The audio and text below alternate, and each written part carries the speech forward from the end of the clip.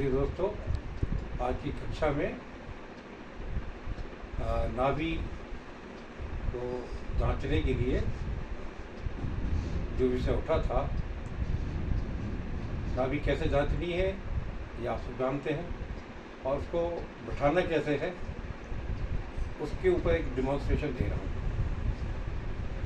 जब मरीज हमारे पास आता है तो आने में अगर उसकी चाल पे ध्यान देंगे तो आपको वहाँ से ही अंदाज़ा लग जाता है कि उसकी नाभि कुछ डिस्टर्ब है। इसके तहत शोल्डर एक गिरा होगा, उसका चाल लड़खड़ाहट होगी, क्योंकि उसके साथ साथ पैर भी छोटा या बड़ा हो जाता है। तो उसको देखने के लिए एक डिमॉन्स्ट्रेशन दे रहा हूँ। उसमें मेरा जोर होगा नाभि को बिठाते कैसे, देखते कैसे हैं और बिठाते कैसे। आइए देखते, आइए। पेशेंट आया, अब उसके हाथों को आप ऐसे करिए सीधे, और उसकी ये हृदय रेखा दोनों हाथ की, इनको मिला दीजिए, और ये 1 2 3 4 ये स्मॉल फिंगर्स की वात जॉइंट, पित्त जॉइंट, कफ जॉइंट और ये हृदय रेखा की लाइनें, ये चारों लाइनें एक साथ मिलनी चाहिए।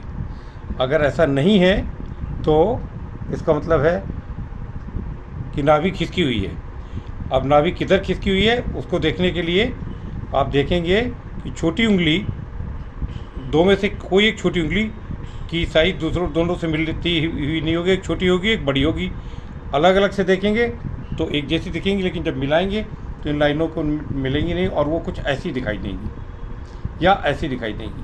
तो जो भी उंगली ऐसे अगर दिखाई देती है, इसका मतलब कि बाएं हाथ की तरफ शिफ्ट करना है, बाएं को शिफ्ट करना है। तो हम क्या करेंगे, ये उंगली को ऐसे मोड़ेंगे, इस उंगली को ऐसे मोड़ेंगे, इन दोनों को ऐसे मिला लेंगे, और ये 2 उंगलियां ऐसे अंदर डालेंगे और ऐसे करके पकड़ लेंगे।